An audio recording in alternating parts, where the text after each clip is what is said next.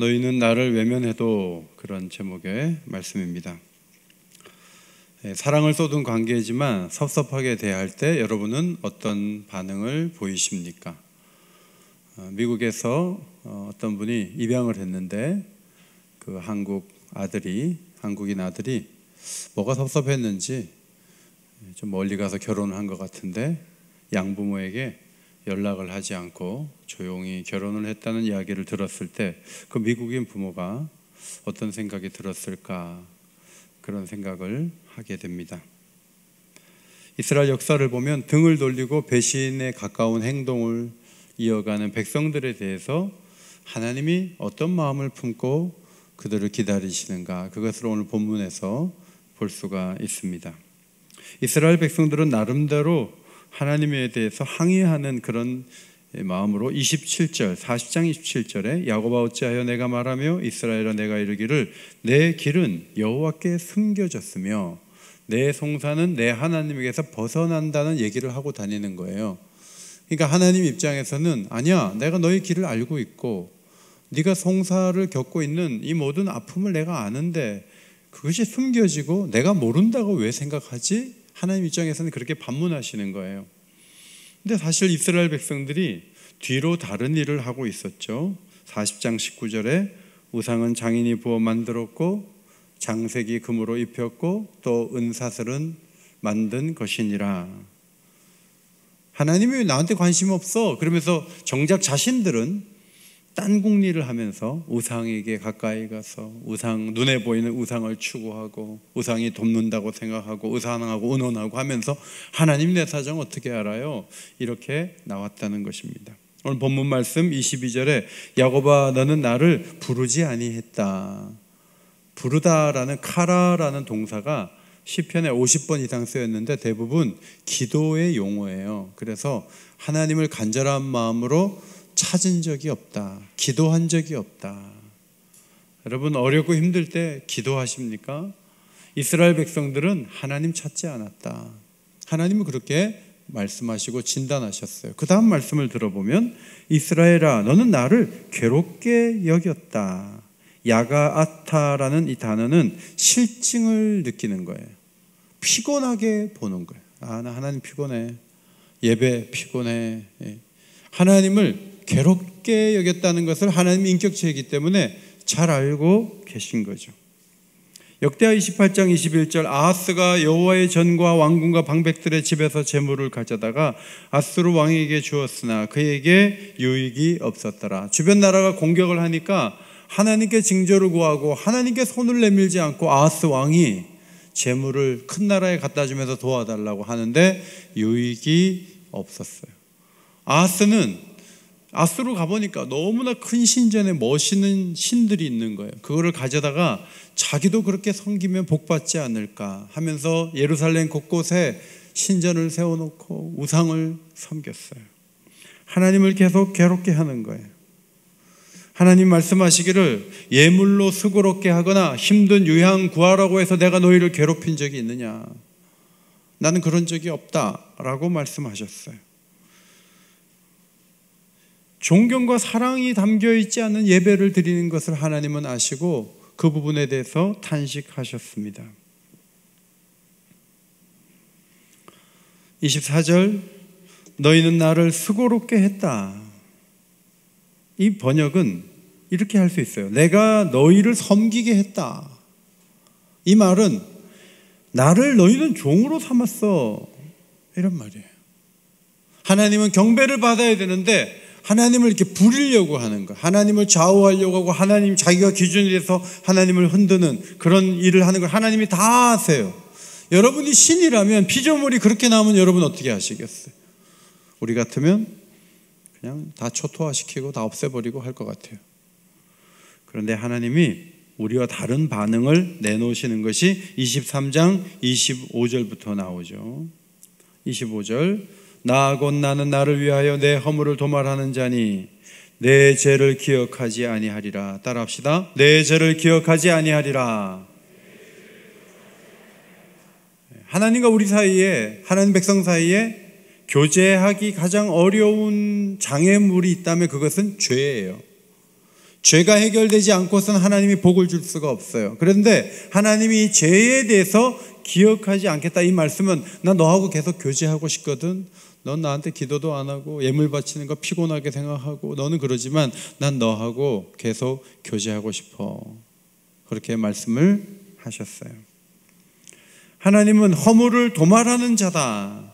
마하라는 이 도말한다는 동사는 지운다, 닦아낸다는 뜻이에요. 그래서 하나님 자신이 죄를 닦아낸다, 지우겠다 하는 거죠. 왜 그렇게 하시는가? 25절 나 곧 나는 나를 위하여 허물을 도말한다 그래요. 우리도 그렇잖아요. 용서를 안 하면 내가 더 손해가 볼 때가 많아요. 그냥 내가 용서를 해주면 나중에 나한테 유익된 경우도 많잖아요.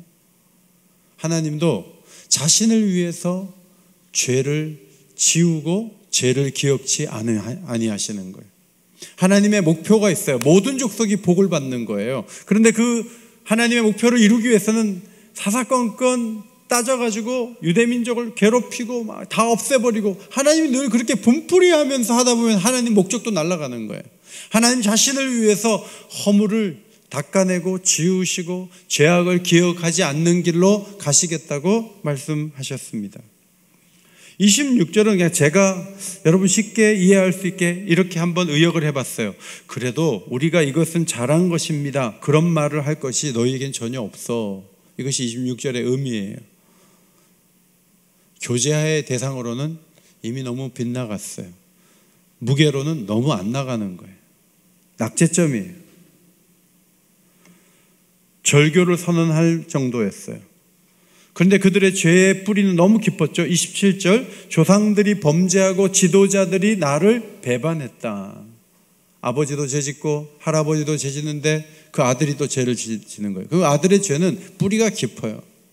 그 당시에 지도자들이 그러지 말라고 이렇게 끌어가야 되는데 지도자들도 하나님을 배신했어요. 그러니까 제대로 살아갈 길이 없는 거죠. 세 가지 징벌이 28절에 기록이 되어 있어요. 자, 성경 보시고 43장 28절을 성경 보시고 읽겠습니다. 시작. 그러므로 내가 성소의 어른들을 욕되게 하며 야곱이 진멸당하도록 내어주며 이스라엘이 비방거리가 되게 하리라. 앞에서는 내 죄를 기억하지 아니하리라 이렇게 하셔놓고 이제 벌 주는 말씀을 하시네요. 세 가지 말씀을 하셨어요. 첫 번째, 성소에서 일하는 자들이 욕되게 한다는 말은 종교 지도자들이 제 역할을 못하는 시대를 만들겠다 하는 말씀이에요. 여러분, 안 믿는 사람들은 뭐 교회가 뭐 있으면 어떻고 없으면 어때? 교회는 다 사라져도 괜찮아 이렇게 생각할지 모르지만 교회가 교회 역할을 못하면 그 사회가 어둠 가운데 들어가는 거죠. 제사장들이 제 역할을 하지 못하면 사죄의 길이 막히는 거예요. 그러면 죄를 안고 그냥 살아야 돼요. 그러면 역사가 어두워질 수밖에 없어요. 하나님께서는 성소의 지도자들이 제 역할을 감당하지 못하는 시대가 온다라고 말씀을 하시면서 한편으로는 영원하신 대제사장이신 예수님을 보내셔서 그분으로 하여금 한 영원한 제사를 드리게 하심으로 자기를 힘입어 하나님께 나아가는 자들을 온전히 구원하시는 놀라운 길을 열어놓으시는 것이 하나님이죠. 그래서 28절 이 이면에 죄악을 기억하지 않기 위한 하나님의 노력들이 이면에 있는 거예요. 그걸 보면서 28절을 보는 게 중요하다고 봐요. 그래야 연결이 되죠. 두 번째, 야곱이 진멸을 당하도록 내어준다 그랬어요.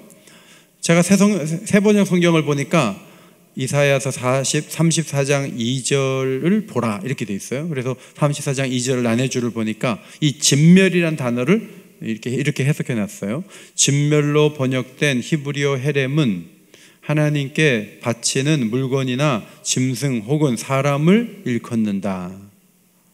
번제물 드리는 거 아까우니까 자기들이 번제물이 되고 말잖아요. 그래서 하나님이 진멸되도록 내어줬어요. 그러면 진멸이란 말은 번제물처럼 다 태워서 없애버리는 거예요. 그럼 이스라엘 백성들이 어떻게 회복이 되겠어요? 그런데 예루살렘 멸망을 목격했던 예레미야가 이렇게 고백했어요. 예레미야가 3장 22절 말씀이에요. 앞에 보시고 읽겠습니다. 시작. 여호와의 인자와 긍휼이 무궁하심으로 우리가 진멸되지 아니함이니이다. 진멸하게 하겠다고 말씀을 하셔놓고는 예레미야 시대에 오니까 하나님 마음이 좀 바뀌었는지 진멸되지는 않게 하셨다는 거예요. 완전히 다 무너져서 도저히 일어날 수 없도록 하지는 않으신 거예요. 남은 자가 있었고요, 70년 후에 돌아오는 사람들이 있었어요. 국률은 여전히 흐르고 있었어요.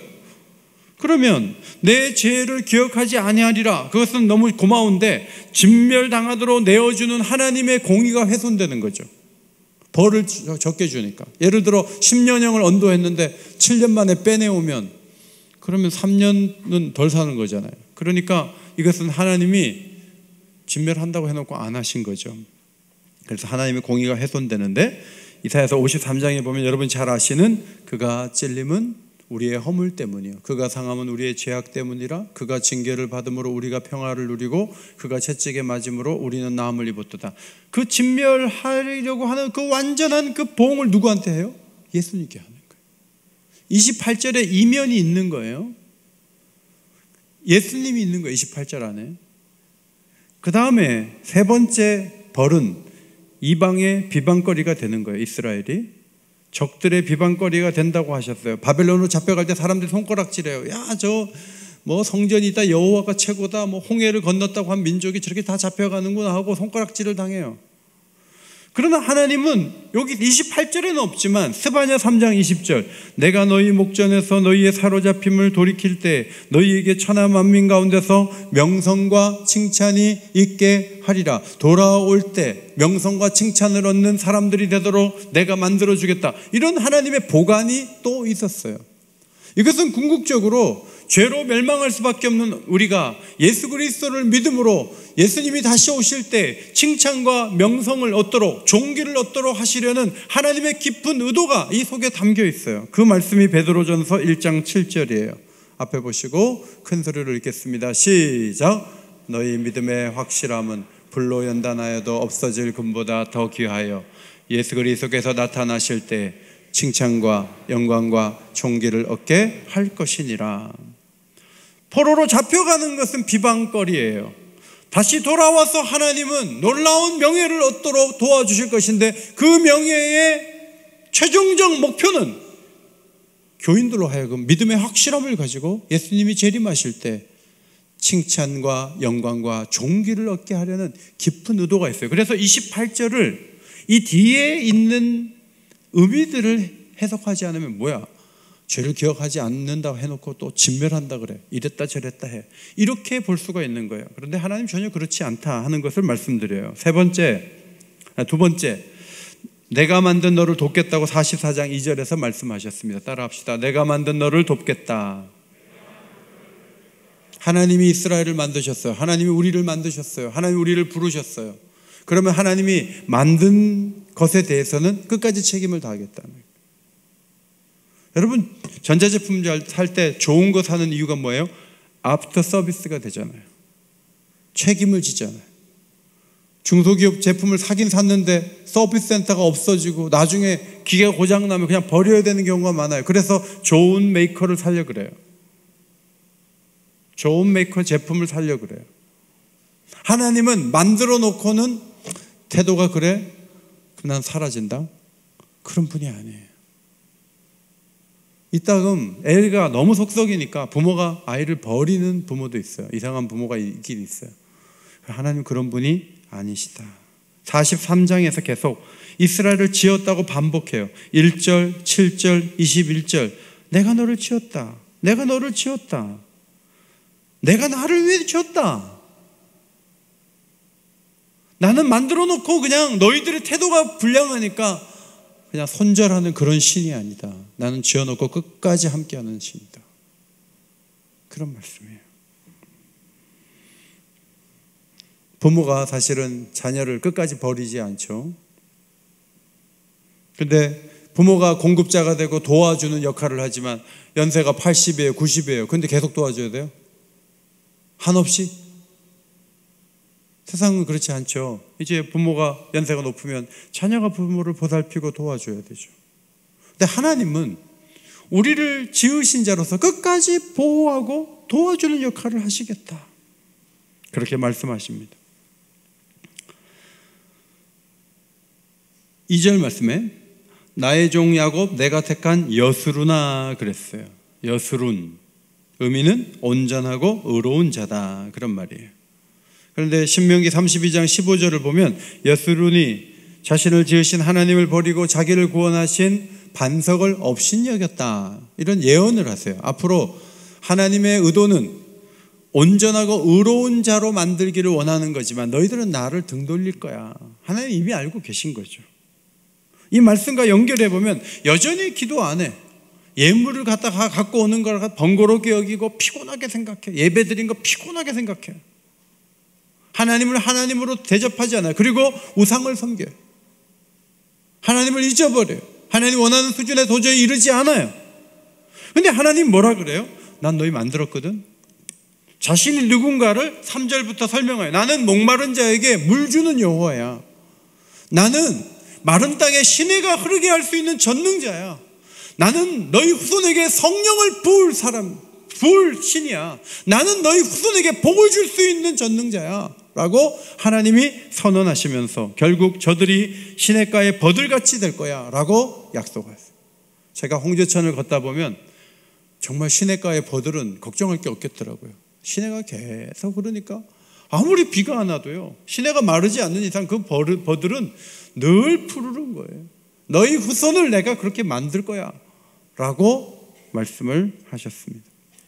5절에는 하나님의 계획이 이루어지는 날 사람들의 반응을 수집한 거예요. 그것이 우리 번역 성경에는 3명 정도가 말하는 것을 언급하지만 여러 번역 성경을 보면 거의 다 4명이 얘기를 하는 걸 하나님이 말씀해 주신 거예요. 내가 회복시켜주고 놀라운 날이 오면 사람들이 이런 말하고 다닐 거야. 첫 번째 사람, 나는 주의 것이야 라고 말하는 사람이 있어요.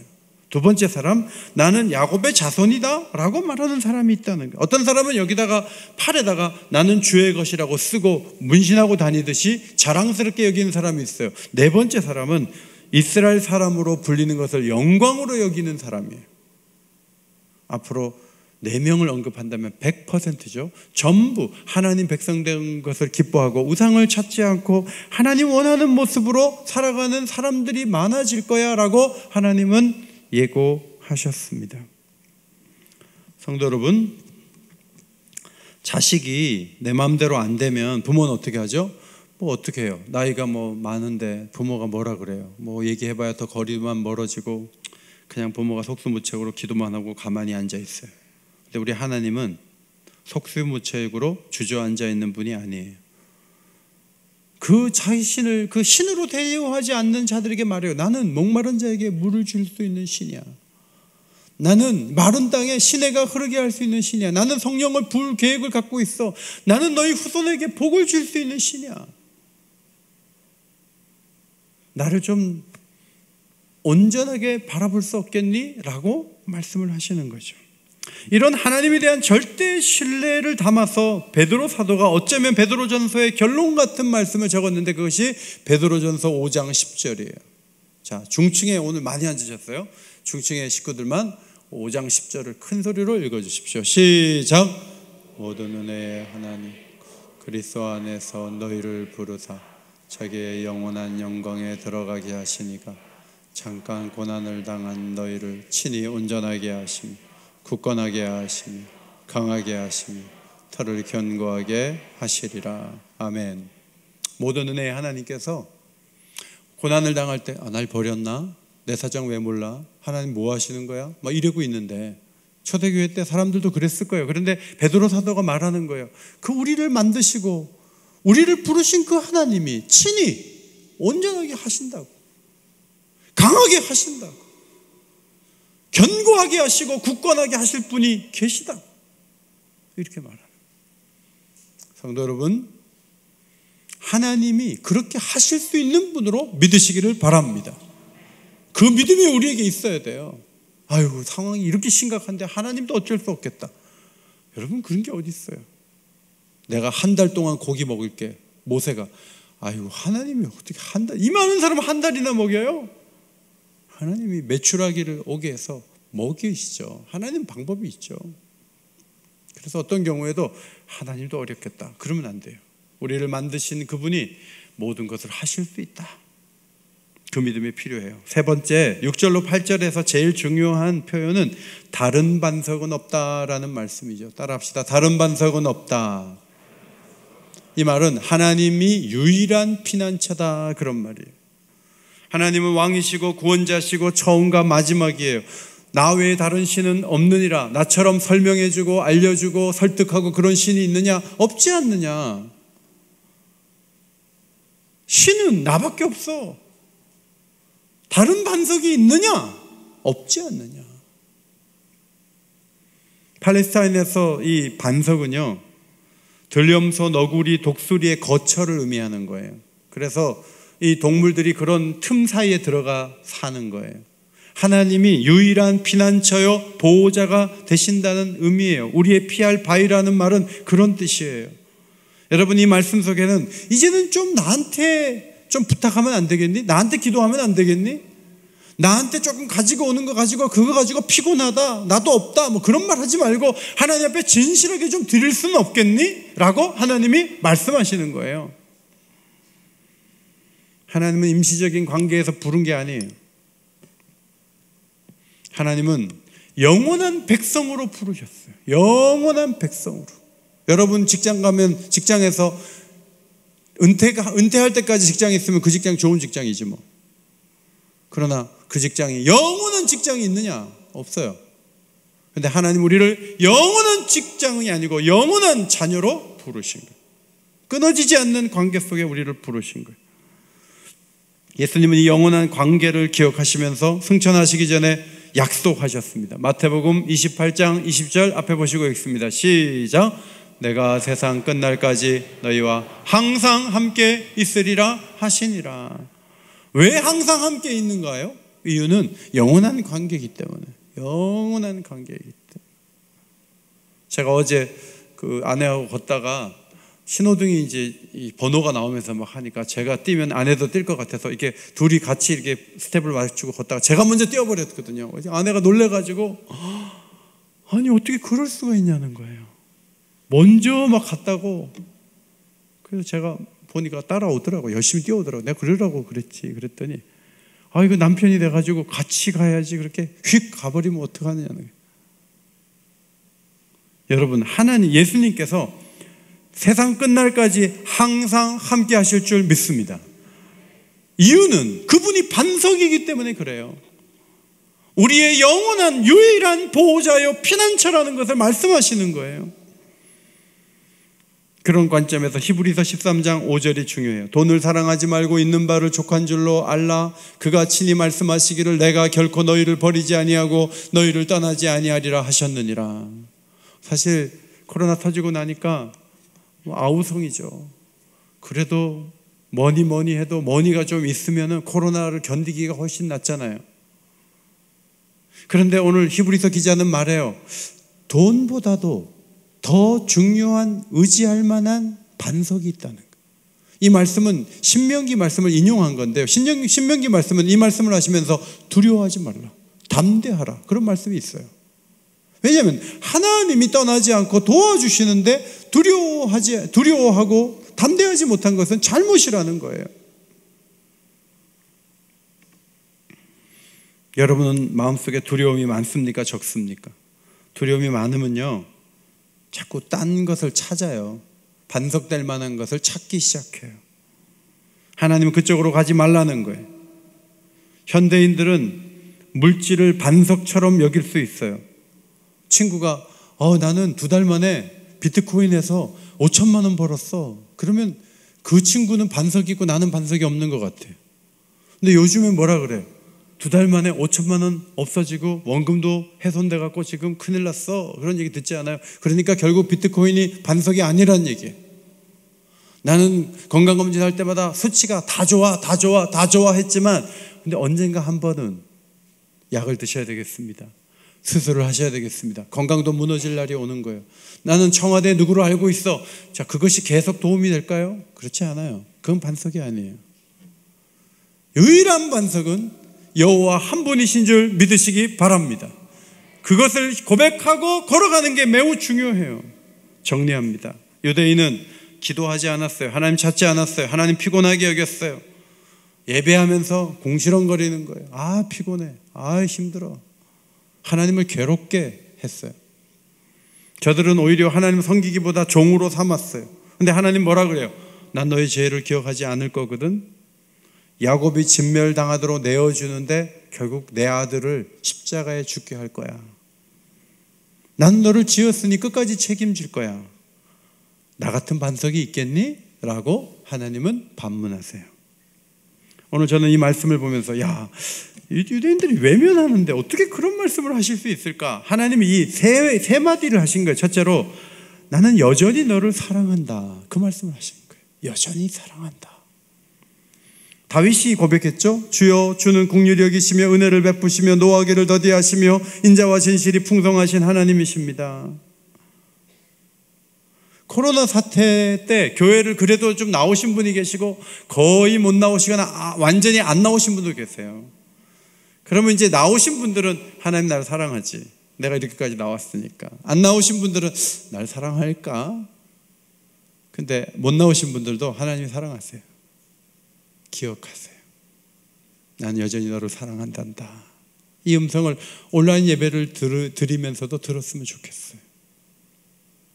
제가 우리들 교회 그 세미나 갔다가 지금도 기억나요.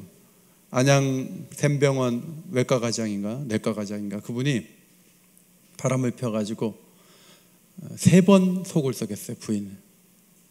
그리고 혼에 자식도 하나 낳았어요. 그런데 그 부인이 이렇게 얘기하는 거예요. 한 번 더 바람 펴도 난 당신을 놓치지 않는다. 남자분도 대답해 보세요. 그런 부인이 있으면 한 번 더 바람 피시겠어요? 조용히 살겠어요?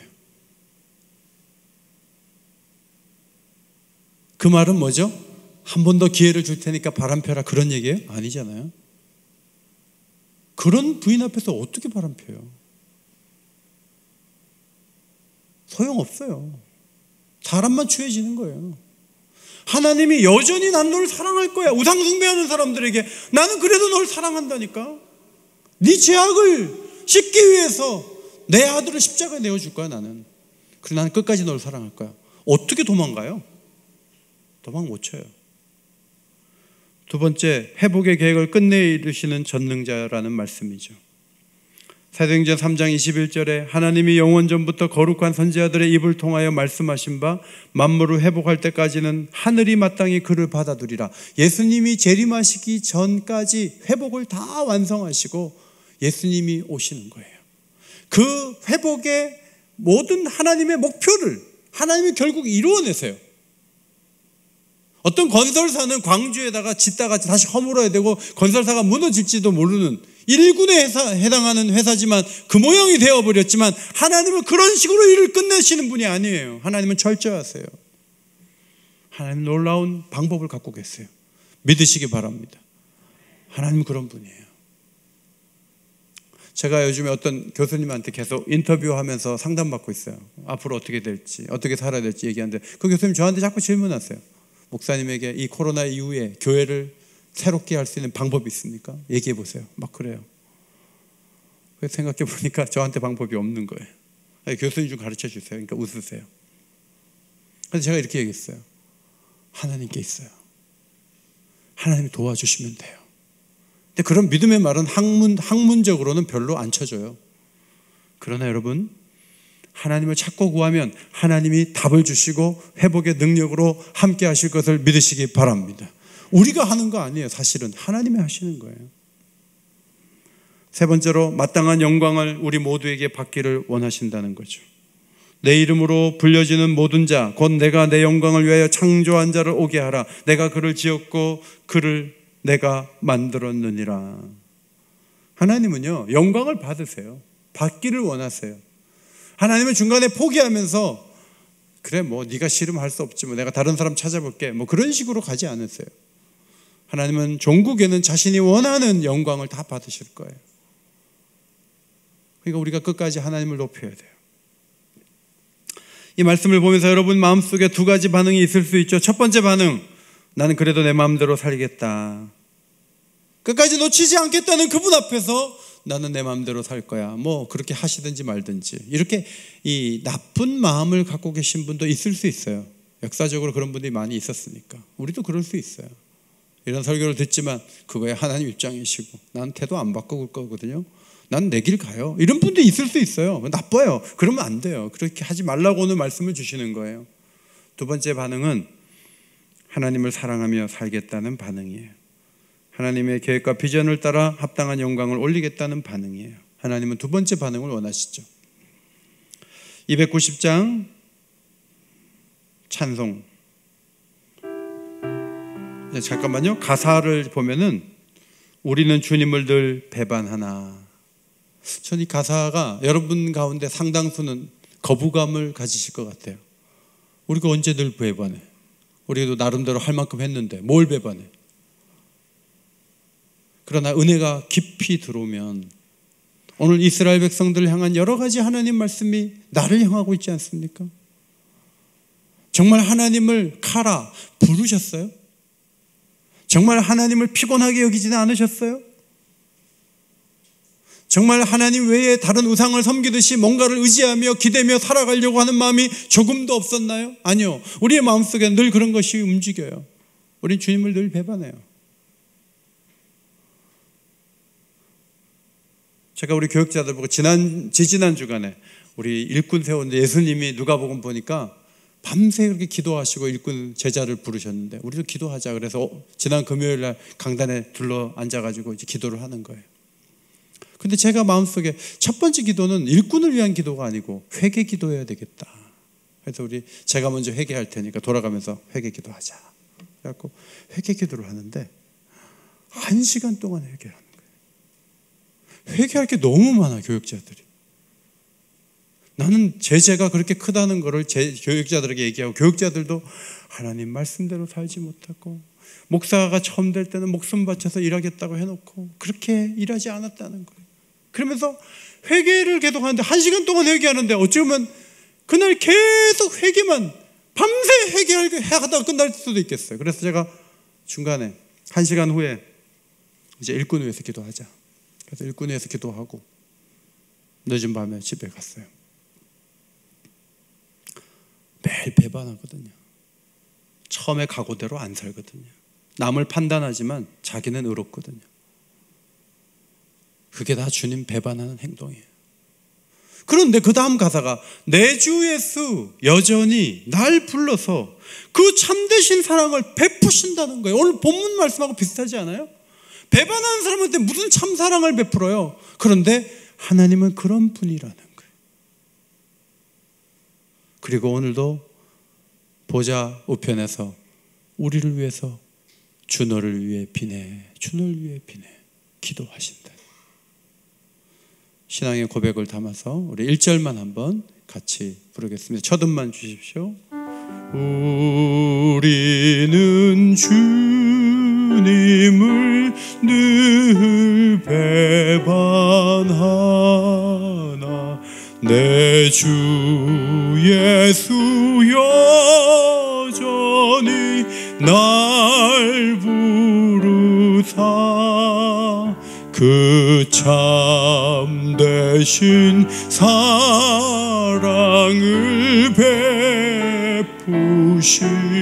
베푸시나니 내 형제여 주님을 곧 따르라. 주 널 위해 비네 주 널 위해 비네 주 널 위해 비네 주 널 위해 비네 항상 비시네. 기도하겠습니다.